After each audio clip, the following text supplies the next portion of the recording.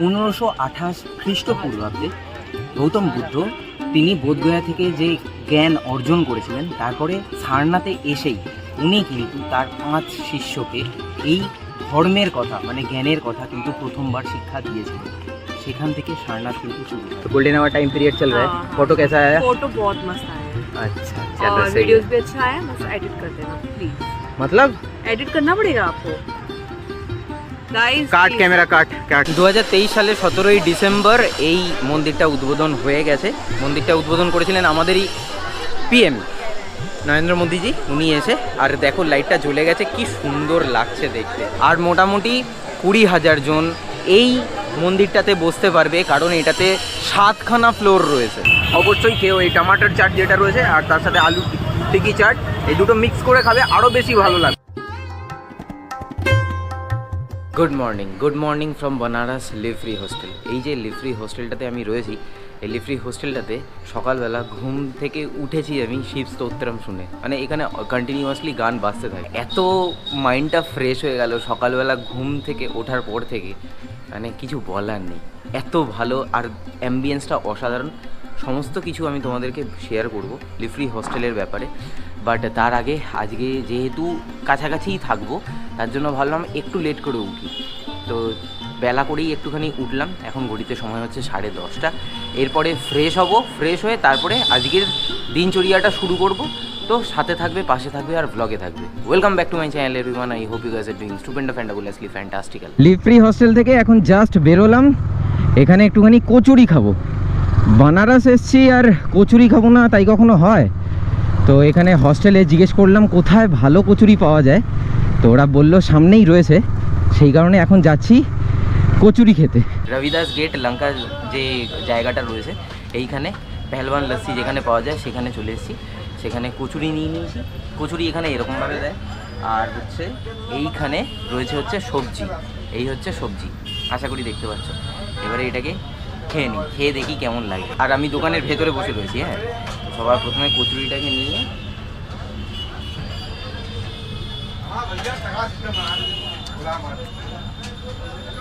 Two good man, too good. ছোটবেলার সেই পুরোনো দিনের কথা মনে পড়ে যাচ্ছে আমার। টু গুড, ফাটাফাটি খেতে ভাই।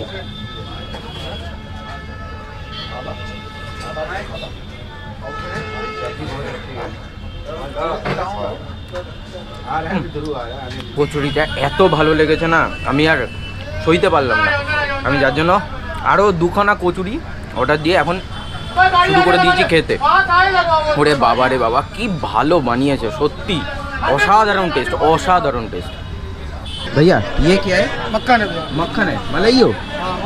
अच्छा अच्छा, ये कितना करके? 50 करके। 50 दे दो, एक खा लेते हैं।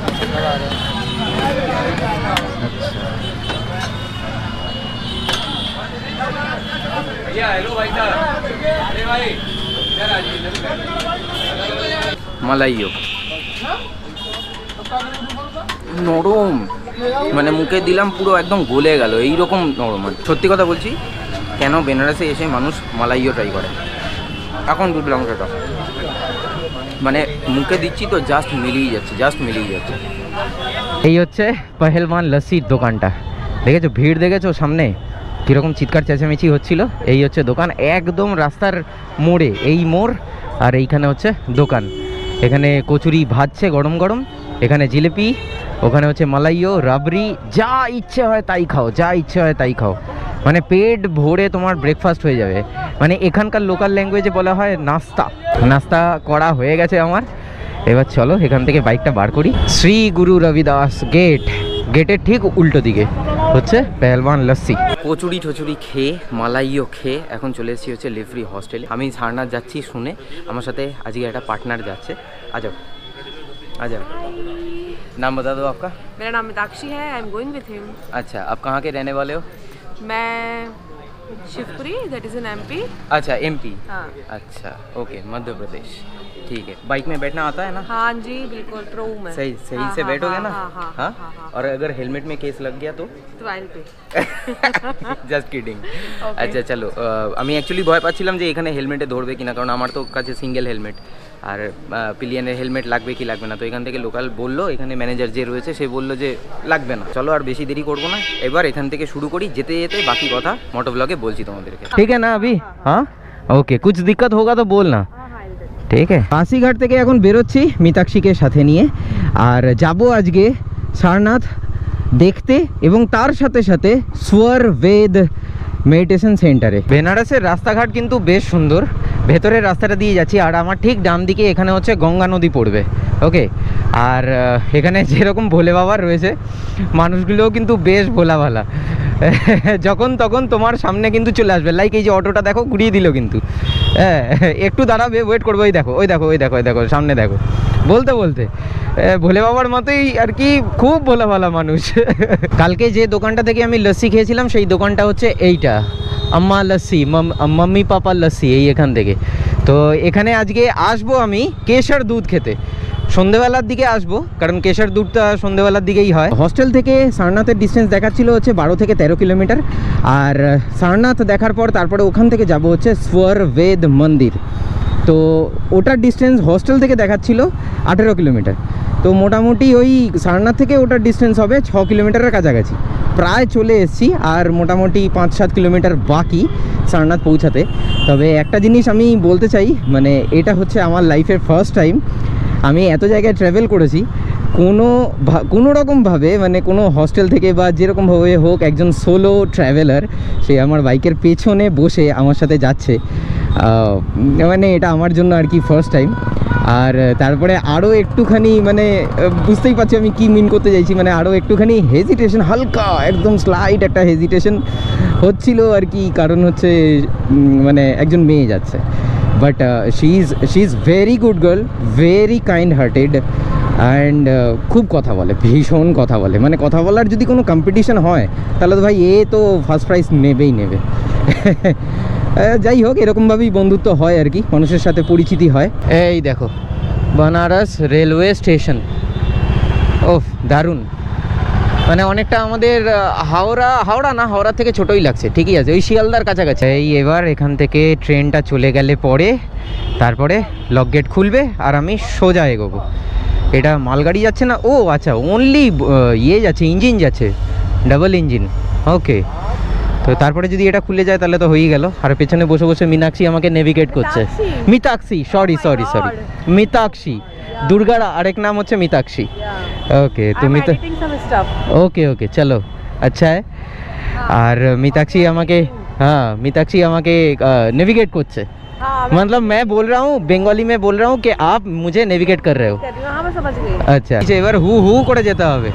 এই দেখো বলছিলাম না ভোলা ভালা, এই দেখো রেলগেট খুলে দিয়েছে, এবার সামনে দিয়ে চলে এসছে। হ্যাঁ आप बहुत भोले हो पुलिस बाबू, কোতোয়াল জি।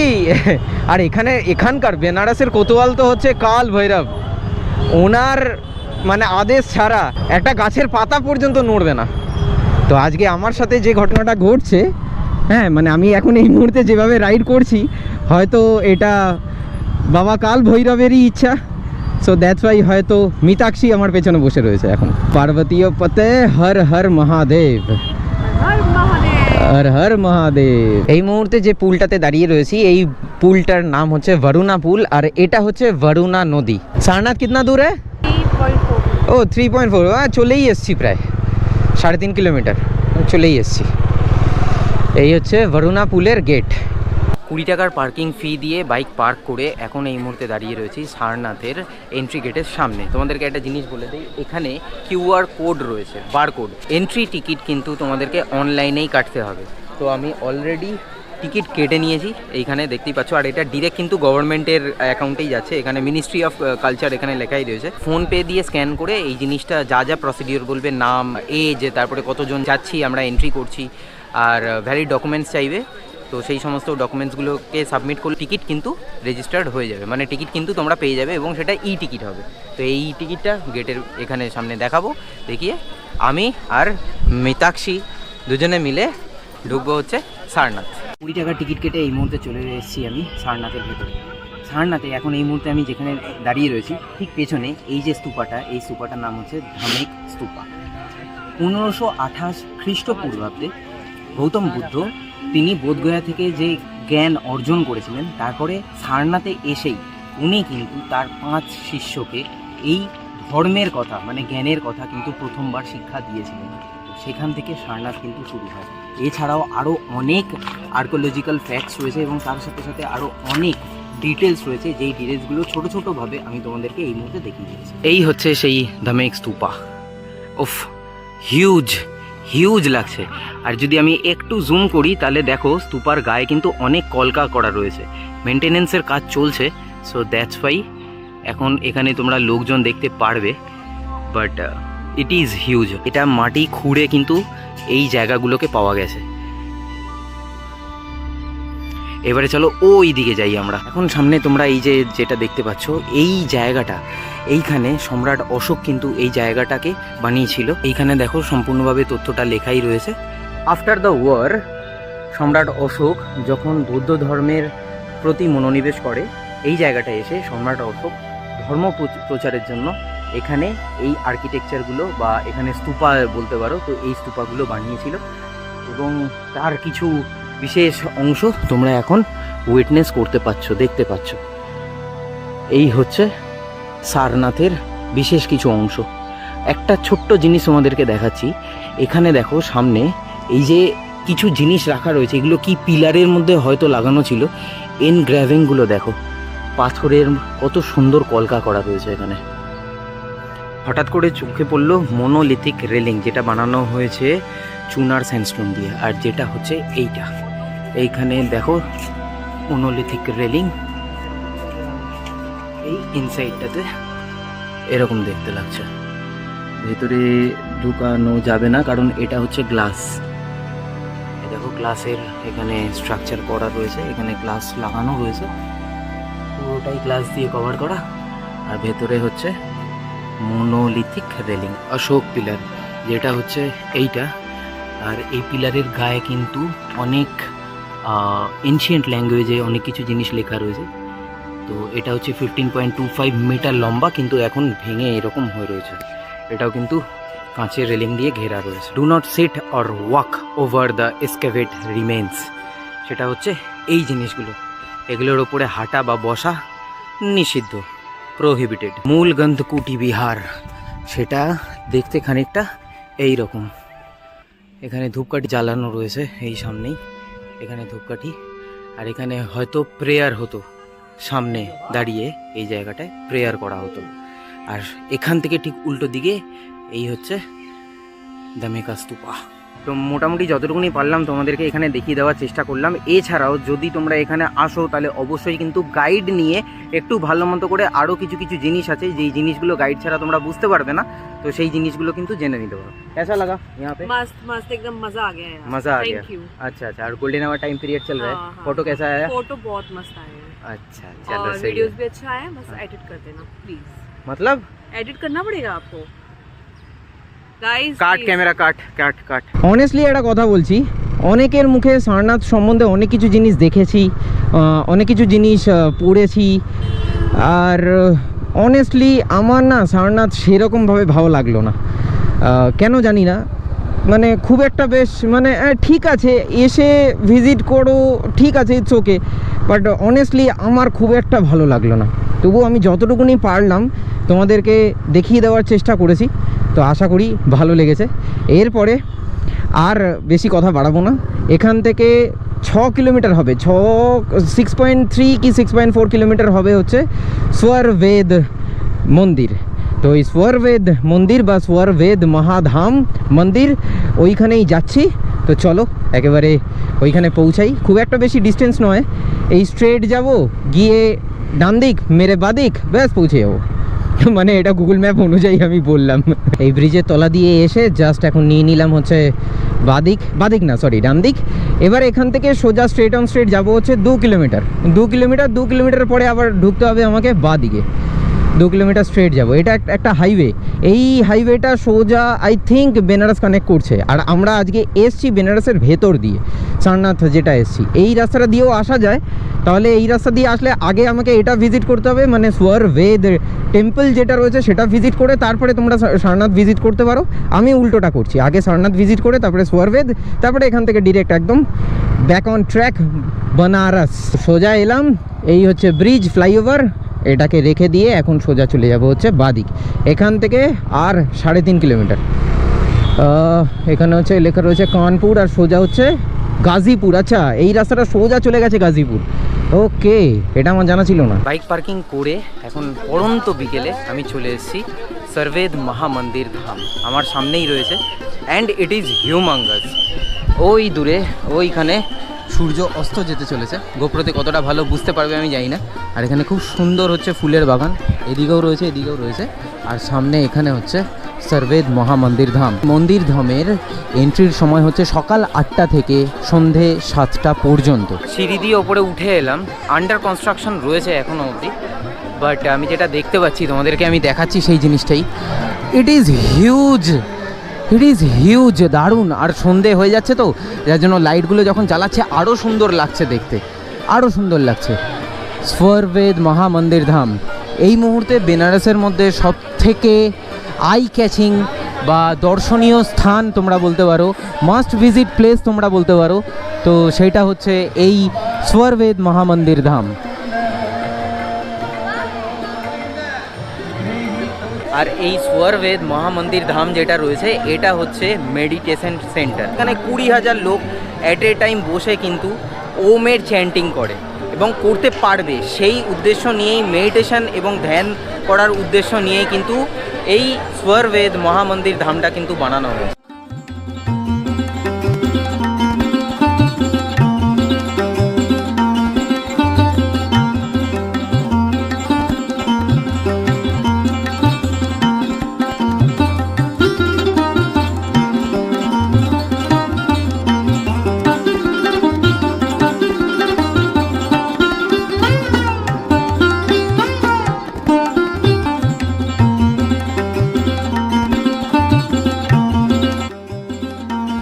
দু 2023 সালের 17ই ডিসেম্বর এই মন্দিরটা উদ্বোধন হয়ে গেছে। মন্দিরটা উদ্বোধন করেছিলেন আমাদেরই পিএম নরেন্দ্র মোদীজি, উনি এসে। আর দেখো লাইটটা জ্বলে গেছে, কি সুন্দর লাগছে দেখতে পুরো মন্দিরটাকে। আর একটু তোমাদেরকে দেখাই, এত সুন্দর লাগছে না দেখতে।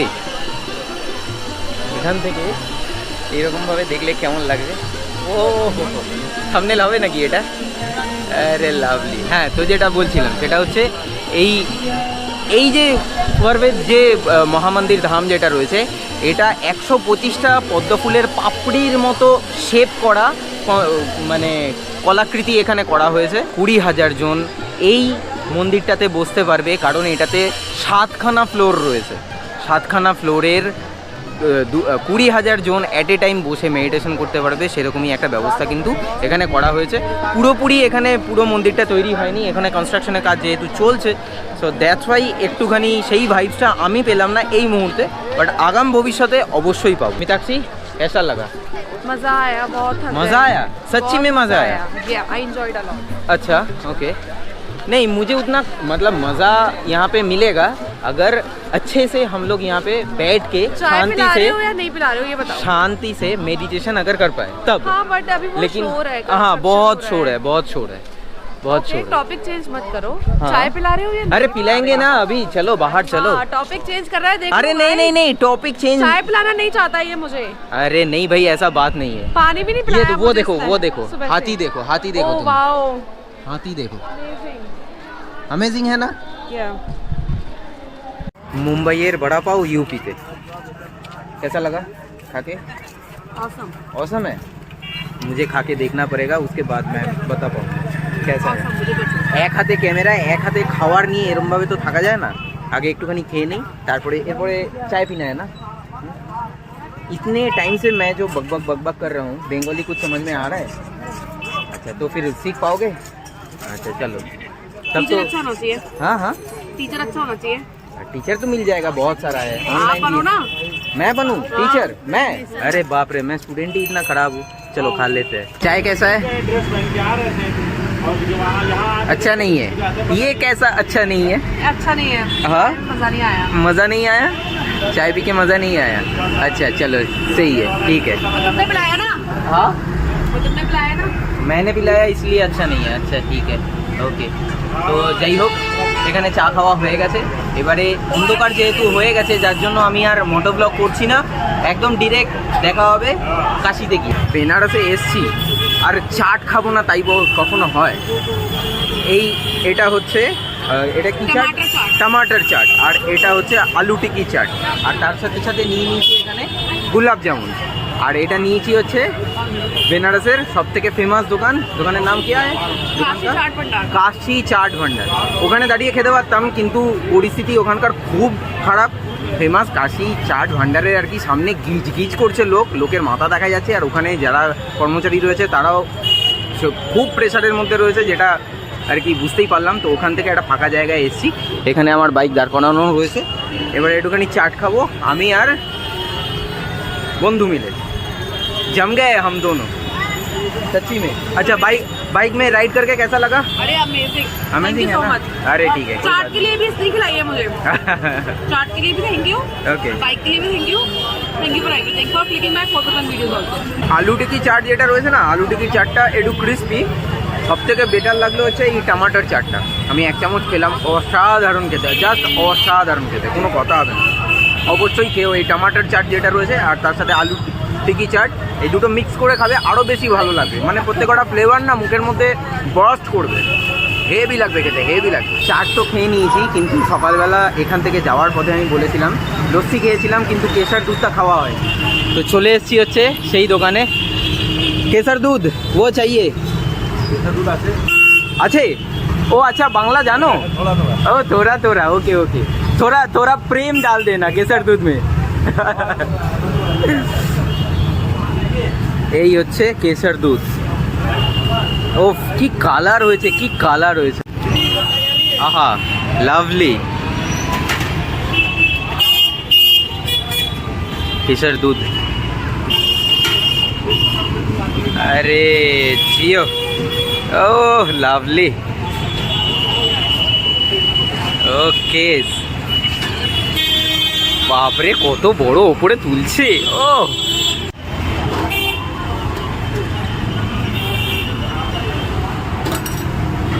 Okay, thank you.